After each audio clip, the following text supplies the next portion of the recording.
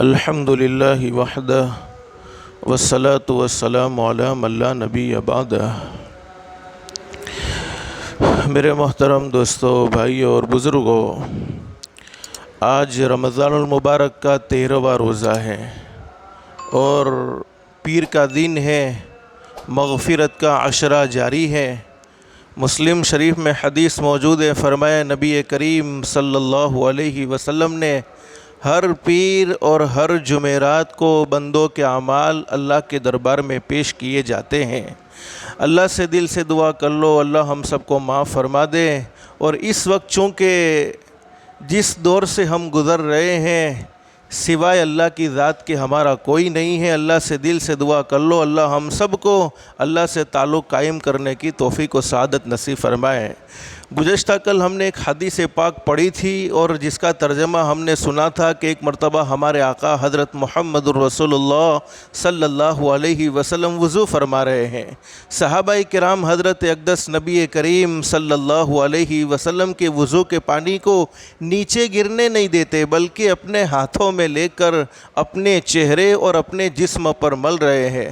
حضرت اقدس نبی کریم صلی اللہ علیہ وسلم نے یہ عجیب منظر دیکھ کر صحابہ کرام سے سوال کر لیا، ما یحملکم علی ھذا، اے میرے صحابہ کرام یہ کام جو تم کر رہے ہو آخر کون سی چیز تم ایسا کام کرنے پر مجبور کرتی ہے؟ اور میرے پیارو، آپ تعجب کرو گے، بخاری شریف میں حدیث موجود ہے کہ ہمارے آقا حضرت محمد الرسول اللہ صلی اللہ علیہ وسلم جب ناک صاف کرتے تھے، یعنی آپ کی ناک میں سے جو چیز نکلتی تھی اس چیز کو بھی صحابہ کرام نیچے گرنے نہیں دیتے، بلکہ اپنے ہاتھوں میں لے کر اپنے چہرے اور اپنے جسم پر مل لیتے تھے۔ اور حدیث شریف میں، بخاری شریف کی حدیث میں موجود ہے، حضرت اقدس نبی کریم صلی اللہ علیہ وسلم جب کلی کرتے، جب تھوکتے تو آپ کا تھوک بھی کبھی زمین پر نہیں گرتا، بلکہ کسی نے کسی صحابی کے ہاتھ میں گرتا تھا۔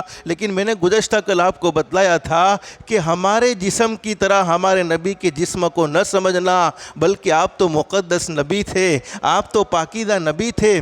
ہمارے آقا حضرت محمد الرسول اللہ صلی اللہ علیہ وسلم دنیا سے پردہ فرما گئے۔ ام المؤمنین حضرت ام سلمہ رضی اللہ عنہا کے پاس ایک عورت آئی، آپ کے پردہ فرما جانے کے بعد ایک عورت آئی اور عورت نے آ کر ام المؤمنین حضرت ام سلمہ رضی اللہ عنہا سے فرمایا کہ میرے محبوب سے جب بھی میں کوئی چیز مانگنے آئی ہوں، میرے محبوب سے جب بھی میں کوئی چیز سوال کرنے آئی ہوں تو میرے محبوب نے کبھی مجھے انکار نہیں کیا، چونکہ آپ تو سخی تھے، آپ کی فطرت میں لا نہیں تھا۔ جب بھی آپ سے کوئی سوال کرتا تھا، اگر آپ کے پاس حیثیت ہوتی، آپ کے پاس وہ چیز موجود ہوتی تو آپ کبھی نہ نہیں کہتے، بلکہ اسے مرحمت فرما دیتے تھے۔ ام المؤمنین حضرت ام سلمہ رضی اللہ عنہا سے اس عورت نے کہا کہ میری بیٹی کی شادی ہے اور میرے پاس اس طرح کا کوئی انتظام نہیں ہے۔ اور میرے پیارو، علماء نے لکھا ہے کہ اس زمانے میں جیسے آج کے یہ گئے گزرے دور کے اندر تو ایسی لڑکی کو سسرال میں بڑی عزت سے دیکھا جاتا ہے جو بہت زیادہ بھر بھر کر جہیز لے کر آئے، جو جہیز کے بھکاری لوگ ہوتے ہیں۔ اور بہت سی مرتبہ تو ہوتا ایسا بھی ہے، لڑکی اگرچہ کتنا بھی جہیز لے کر آئی ہو پھر بھی اس کو ٹوشر ہوتا ہے کہ تیرے باپ نے تجھے کچھ نہیں دیا۔ لیکن میرے پیارو، میں کہتا ہوں جس ماں باپ نے اپنے کلیجے کے ٹکڑے کو، اپنے جگر کے ٹکڑے کو کسی کے حوالے کر دیا ہو، اس سے بڑا جہیز کیا ہو سکتا ہے۔ لیکن اس زمانے میں وہ عورتیں جو عمدہ قسم کی خوشبو اپنے سسرال میں شادی کے بعد لے کر جاتی، ان کو بڑی عزت کی نگاہوں سے دیکھا جاتا، ان کو بڑے اکرام کی نگاہوں سے دیکھا جاتا۔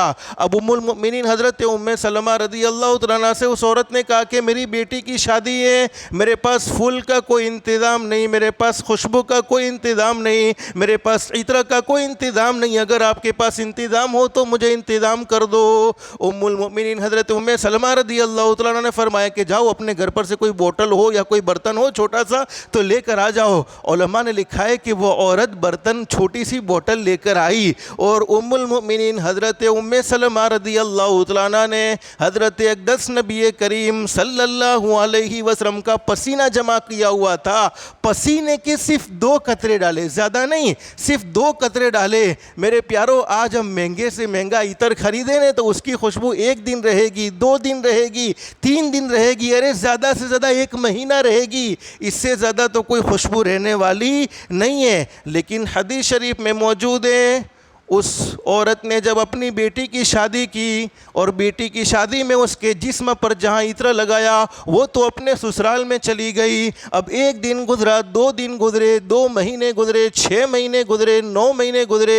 9 مہینے کے بعد اللہ پاک نے اس عورت کو بھی بیٹی دی، یعنی جس کی شادی ہو گئی تھی اس کو بھی بیٹی دی۔ علماء نے لکھا ہے کہ ماں نے جس بدن کے حصے پر خوشبو لگائی تھی بیٹی کے بھی اسی حصے پر وہ خوشبو آنے لگی، اور یہاں تک کہ وہ بیٹی جوان ہو گئی۔ اب وہ بیٹی جوان ہو گئی تو اس بیٹی سے لوگ پوچھتے تھے کہ ایسی عجیب و غریب خوشبو جو مارکیٹ میں کبھی بکتی نہیں تمہارے پاس کہاں سے آ گئی ہے؟ تو وہ کہتی ہے میری نانی نے حضرت ام سلمہ رضی اللہ تعالیٰ عنہا سے حضور اقدس صلی اللہ علیہ وسلم کے پسینے کے 2 قطرے لے کر میری ماں کو لگوائے تھے، وہ خوشبو آج مجھ میں سے آ رہی ہیں۔ علماء نے لکھا ہے کہ اس کی 7 پشتوں تک وہ خوشبو آتی رہی۔ تو آپ اندازہ لگاؤ میرے محبوب کے جسم میں اللہ نے کیا پاکیزہ برکت رکھی تھی، آپ کے پسینے میں اللہ نے وہ کمال تھا۔ لیکن میں آپ سے پوچھنا یہ چاہتا ہوں، جس کے پسینے میں یہ کمال ہوگا بولو اس کی سنتوں میں کمال ہوگا کہ نہیں ہوگا؟ اس کی زندگی میں کمال ہوگا کہ نہیں ہوگا؟ جب صحابہ کرام حضور اقدس صلی اللہ علیہ وسلم کے استعمال شدہ پانی کی اتنی قدر و قیمت کرتے تھے تو اندازہ لگاؤ آپ کے طریقوں کی کتنی قدر و قیمت ہوگی، آپ کی سنتوں کی کتنی قدر و قیمت ہوگی۔ اور میرے بھائیو، اللہ نے ہمارے نبی کو، چونکہ اللہ ہم سب کے دل میں محبت نصیب فرما دے، اصل یہ محبت پر اطاعت موقوف ہے کہ اگر ہمارے دل میں محبت آ جائے تو آج جس دور سے ہم گزر رہے ہیں حقیقت میں وہ دور ہیں کہ سوائے اللہ کی ذات کے ہمارا کوئی نہیں ہے، لیکن ہمارا رشتہ ٹوٹا، اللہ سے ٹوٹا، اللہ کے نبی حضرت محمد الرسول اللہ صلی اللہ علیہ وسلم سے ٹوٹا۔ ایک مرتبہ ہمارے آقا حضرت محمد الرسول اللہ صلی اللہ علیہ وسلم نے فجر کی نماز پڑھائی اور آپ نے سلام پھیرا، السلام علیکم ورحمۃ اللہ، السلام علیکم ورحمۃ اللہ۔ سلام پھیرنے کے بعد آپ نے پیچھے دیکھا کہ سچے عاشق حضرت ابو بکر صدیق رضی اللہ تعالیٰ عنہ جو حضرت نبی کریم صلی اللہ علیہ وسلم کے سچے عاشق ہے، اور علماء نے لکھا ہے پوری امت کی محبت کو ایک پلڑے میں رکھ دیا جائے اور حضرت ابو بکر صدیق رضی اللہ عنہ کی محبت کو ایک پلڑے میں رکھ دیا جائے تو صدیق اکبر کی محبت بھاری ہوگی۔ اور یہ بات بھی علماء نے بیان فرمائی، تمام کے تمام انبیاء کرام کے بعد اگر انسانوں میں سب سے اونچا کسی کا مقام ہے تو حضرت ابو بکر صدیق رضی اللہ عنہ کا ہے، وہ سچے عاشق رسول ہے۔ ایک مرتبہ ہمارے آقا نے فرمایا، صحابہ کرام کا مجمع موجود ہے اور ہمارے آقا نے صحابہ کرام سے فرمایا میرے صحابہ کرام مجھ پر بھی آزمائش آئے گی، جیسے پہلے کے انبیاء کرام پر آزمائش آئی ویسے مجھ پر بھی آزمائش آئے گی۔ اور ہمارے نبی نے فرمایا میرے صحابہ کرام سن لو، ایک رات مجھ پر ایسی آئے گی کہ اس رات میں مجھے وضو کے لیے پانی کی ضرورت ہوگی تو پانی نہیں ملے گا، اور چراغ کے لیے یعنی روشنی کے لیے آگ کی ضرورت ہوگی، چراغ کی ضرورت ہوگی تو مجھے چراغ نہیں ملے گا۔ اب ہمارے نبی نے صحابہ کرام کے درمیان میں یہ بات فرما دی۔ اور میرے بھائیوں، ہمارے نبی عالم الغیب نہیں تھے، اللہ کی طرف سے سب کچھ بتایا جاتا تھا، وحی کے ذریعے فرشتے کے ذریعے بتلایا جاتا تھا۔ اب ہمارے نبی نے فرمایا اور وہ رات آ گئی، ہمارے نبی نے یہ بات بیان فرمائی تقریباً 6 مہینے گزر چکے ہیں۔ اب وہ رات آئی کہ جس وقت ہمارے آقا کو پانی کی ضرورت ہے لیکن پانی نہیں ہے، روشنی کے لیے چراغ کی ضرورت ہے لیکن چراغ نہیں ہے۔ اب حضرت اقدس نبی کریم صلی اللہ علیہ وسلم پانی کو تلاش کرنے کے لیے اور روشنی کو تلاش کرنے کے لیے اپنے گھر سے باہر نکل رہے ہیں، چونکہ آپ کی عادت شریفہ ہوگی تہجد کی نماز کا اہتمام کرنے کی، لیکن صدیق اکبر رضی اللہ تعالیٰ عنہ دروازے پر کھڑے ہوئے ہیں۔ ہمارے آقا نکلے اور صدیق اکبر دروازے پر کھڑے ہوئے ہیں۔ اب ہمارے نبی نے تعجب سے پوچھا، ابو بکر تمہیں کیسے معلوم کہ مجھے آج ہی کی رات میں پانی کی ضرورت ہوگی، مجھے آج ہی کی رات میں چراغ کی ضرورت ہوگی؟ تو حضرت ابو بکر صدیق رضی اللہ تعالیٰ عنہ نے فرمایا میرے محبوب مجھے معلوم تو نہیں تھا، لیکن جس دن آپ نے صحابہ کرام کے مجمع میں یہ بات کہی اس رات سے لے کر آج کی رات تک ابو بکر نے سونا چھوڑ دیا ہے کہ معلوم نہیں میرے محبوب کو کون سے وقت میں پانی کی ضرورت پیش آ جائے۔ آج ہمارے لیے رمضان کے روزے بڑے مشکل معلوم ہوتے ہیں، تراویح میں کچھ دیر کھڑا رہنا بڑا مشکل معلوم ہوتا ہے، لیکن صدیق اکبر فرماتے جس دن آپ نے بات کہی تھی اس رات سے لے کر آج کی رات تک ابو بکر سویا نہیں۔ پتہ نہیں میرے محبوب کو کون سے وقت میں پانی کی ضرورت پیش آ جائے اور کون سے وقت میں چراغ کی ضرورت پیش آ جائے۔ تو میں بات کیا کہہ رہا تھا، ہمارے آقا نے فجر کی نماز پڑھائی، فجر کی نماز کے بعد آپ نے دیکھا پیچھے حضرت ابو بکر صدیق رضی اللہ تعالیٰ عنہ موجود نہیں ہے، چونکہ جو سچے عاشق رسول تھے بالکل حضرت اقدس کے پیچھے نماز پڑھنے والے تھے۔ اب ہمارے نبی نے صحابہ کرام سے پوچھا کہ ابو بکر کہاں ہے؟ آج ابو بکر فجر کی نماز میں موجود نہیں۔ حضرت علی رضی اللہ تعالیٰ عنہ نے بتلایا میرے محبوب وہ تو بڑے سخت بیمار ہے اور ایسی بیماری ان کو لگی ہے کہ کھڑے ہونے کی طاقت نہیں ہے، چلنے کی طاقت نہیں، بڑا سخت بخار ہے۔ ہم رات کو گئے تھے حضرت صدیق اکبر رضی اللہ تعالیٰ عنہ کی عیادت کے لیے، تو ہمارے آقا نے فرمایا ابو بکر سخت بیمار ہے، ارے مجھے اطلاع کیوں نہیں کی؟ حضرت علی رضی اللہ تعالیٰ عنہ نے فرمایا کہ ہم آپ کو اطلاع کرنا چاہتے تھے، لیکن صدیق اکبر نے کہا نہیں میرے محبوب کو پریشان نہ کرو، اس لیے کہ میرے محبوب دین بھر اللہ کے بندوں کو اللہ کی طرف بلاتے ہیں، اللہ کا پیغام سناتے ہیں، کچھ دیر میرے محبوب کو عبادت رات کو کرنی ہوگی، کچھ آرام کرنا ہوگا تو میرے محبوب کے آرام میں خلل واقع ہوگا۔ چنانچہ میرے محبوب حضرت محمد الرسول اللہ صلی اللہ علیہ وسلم صحابہ کرام کے ساتھ حضرت صدیق اکبر کے گھر پر تشریف لے گئے۔ اب صدیق اکبر سخت بیمار ہے، کھڑے ہونے کی طاقت نہیں، آپ کے اکرام میں کھڑا ہونا چاہتے لیکن کھڑے نہیں ہو سکتے۔ ہمارے نبی نے فرمایا ابو بکر اپنی جگہ پر ٹھہرو، میں جانتا ہوں تم مجھ سے دل سے محبت کرتے ہو لیکن تم میں کھڑے ہونے کی طاقت نہیں۔ علماء نے لکھا ہے کہ حضرت صدیق اکبر رضی اللہ تعالیٰ عنہ سخت بیمار تھے، ہمارے آقا قریب میں بیٹھے اور ہمارے آقا نے پیشانی پر یوں ہاتھ رکھا اور ہاتھ رکھ کر فرمایا ابو بکر سخت بخار، ابو بکر سخت بخار، سخت بیماری۔ حضرت اقدس نبی کریم صلی اللہ علیہ وسلم نے فرمایا ابو بکر فکر نہ کرو، میں آپ کی بیٹی کو آپ کے پاس بھیجتا ہوں۔ دیکھو ہمارے نبی کے اخلاق، اگر باپ کی خدمت کرنے والا کوئی نہ ہو تو شوہر اپنی بیوی کو باپ کی خدمت کے لیے بھیجیں، یہ ہمارے نبی کے اخلاق ہے۔ ہمارے نبی نے فرمایا ابو بکر میں آپ کی بیٹی کو یعنی عائشہ کو آپ کی طرف بھیجتا ہوں۔ چنانچہ حضرت نبی کریم صلی اللہ علیہ وسلم اپنے گھر پر اماں عائشہ صدیقہ رضی اللہ تعالیٰ کے پاس آئے اور فرمایا عائشہ سے عائشہ آج تو تیرے ابا بہت سخت بیمار ہے، تو سب گھر کا کام کاج چھوڑ دے، آج تجھے میری خدمت نہیں کرنی، آج تو اپنے ابا کی خدمت کر لے، اللہ تجھے جنت نصیب فرمائے گا۔ اور ہمارے آقا عائشہ کو لینے کے لیے آئے ہیں کہ میں تجھے اپنے ابا کے گھر پر چھوڑنے کے لیے آؤں گا۔ ابھی تو ہمارے آقا اور اماں عائشہ صدیقہ رضی اللہ تعالیٰ کے درمیان میں بات چیت ہو ہی رہی تھی کہ اچانک حضرت اقدس نبی کریم صلی اللہ علیہ وسلم کا دروازہ کسی نے کھٹکھٹایا۔ اب دروازے پر حضرت اقدس نبی کریم صلی اللہ علیہ وسلم پہنچے تو دیکھا دروازے پر فَإِذَا هُوَ ابو بکر، دروازے پر تو ابو بکر تشریف لائے ہوئے ہیں۔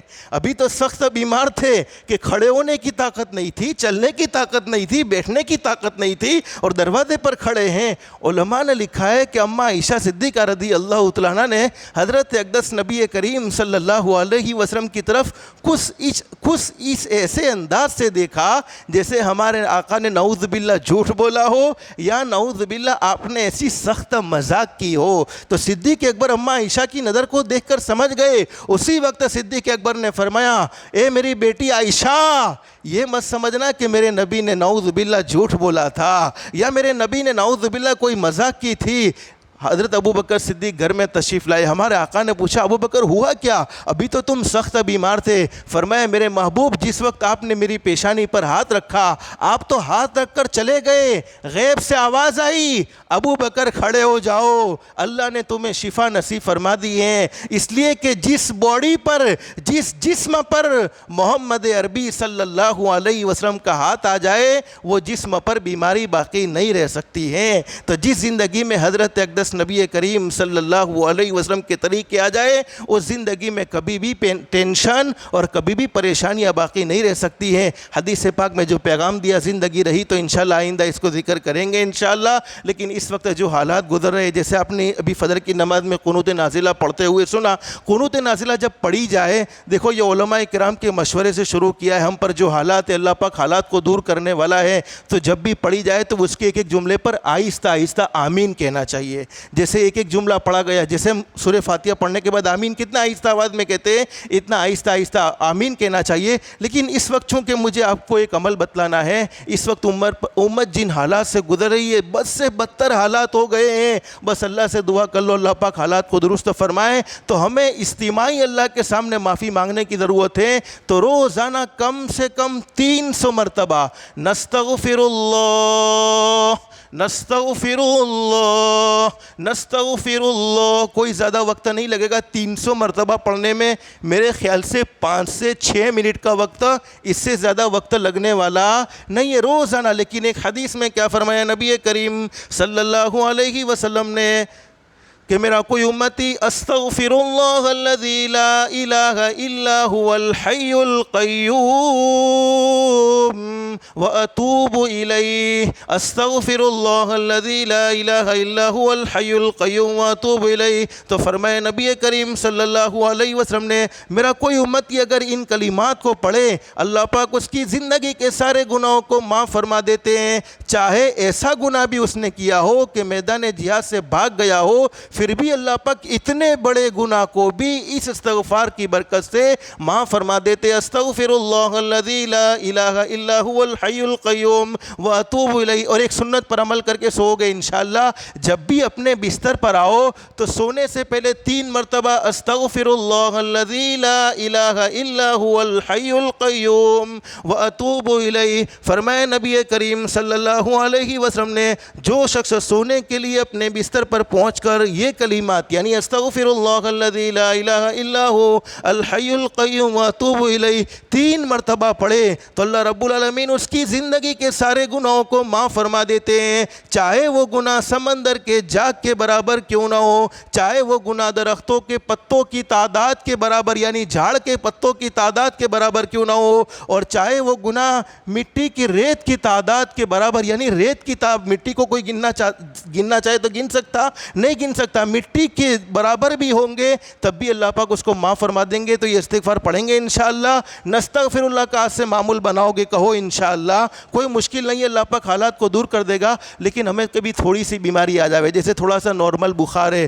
نارمل سردی ہے. آج بہت سی مرتبہ سننے میں ایسا آتا ہے کہ تھوڑا سا نارمل بخار تھا دنیا سے چلا گیا, نارمل سردی تھی دنیا سے چلا گیا. اب حالات ایسے بدتر بن چکے ہیں کہ کوئی بھروسہ نہیں کب موت دستک دے دے, کوئی ٹھکانہ نہیں ہے. ایک آیت کریمہ کو پڑھو گے انشاءاللہ. جب بھی مختصر جب بھی کوئی چھوٹی بیماری ہمیں لگے کہ یہ بہت چھوٹی بیماری ہے, تو یہ چھوٹی بیماری ہو یا بڑی بیماری, ایک آیت کریمہ کو پڑھو گے تو فرمایا نبی کریم صلی اللہ علیہ وسلم نے جس مسلمان نے اپنی بیماری کی حالت میں 40 مرتبہ اس آیت کریمہ کو پڑھا, کون سی آیت؟ لا الہ الا انت سبحانک انی کنت من الظالمین. بس یہ چھوٹی سی آیت ہے, کوئی مشکل نہیں ہے, چلتے پھرتے اٹھتے بیٹھتے پڑھ سکتے, اسے بھی اللہ سے معافی مانگ سکتے. اللہ لا الہ الا انت سبحانک انی کنت من الظالمین. اے اللہ میں نے بہت اپنی زندگی میں گناہ کر لیے, بہت نافرمانیاں کر لی. تو فرمایا نبی کریم صلی اللہ علیہ وسلم نے جس مسلمان نے اپنی بیماری کی حالت میں 40 مرتبہ لا الہ الا انت سبحانک انی کنت من الظالمین کو پڑھا, تو اگر اس بیماری میں وفات پا گیا یعنی اس بیماری میں دنیا سے چلا گیا, تو ہمارے آقا فرماتے اسے شہداء کے ساتھ اٹھایا جائے گا یعنی شہیدوں جیسا اجر ملے گا. اور اگر تندرست ہو گیا تو اللہ پاک زندگی کے سارے گناہوں کو معاف فرما دے گا, صرف 40 مرتبہ لا الہ الا انت سبحانک انی کنت من الظالمین پڑھنے کی برکت سے. اور ترمذی شریف میں حدیث موجود ہے, ہمارے نبی نے فرمایا یہ یونس علیہ السلام کی دعا ہے جبکہ وہ مچھلی کے پیٹ میں تھے. پھر حضرت اقدس نبی کریم صلی اللہ علیہ وسلم نے فرمایا کوئی مسلمان مرد یا عورت ان کلمات کو پڑھ کر اللہ سے دعا مانگے گا, اللہ پاک اس کی دعا کو ضرور قبول فرمائیں گے. تو ہم دعا قبول کروانا چاہتے ہیں تو اٹھتے بیٹھتے چلتے پھرتے نستغفر اللہ اور لا الہ الا انت سبحانک انی کنت من الظالمین پڑھیں گے انشاءاللہ. حدیث پاک میں جو پیغام دیا زندگی رہی تو انشاءاللہ آئندہ اس کو ذکر کریں گے. اللہ ہم سب کو کہنے سننے سے زیادہ اخلاص, استخلاص اور استقامت کے ساتھ عمل کی توفیق نصیب فرمائے. آمین یا رب العالمین. وآخر دعوانا ان الحمد للہ رب العالمین.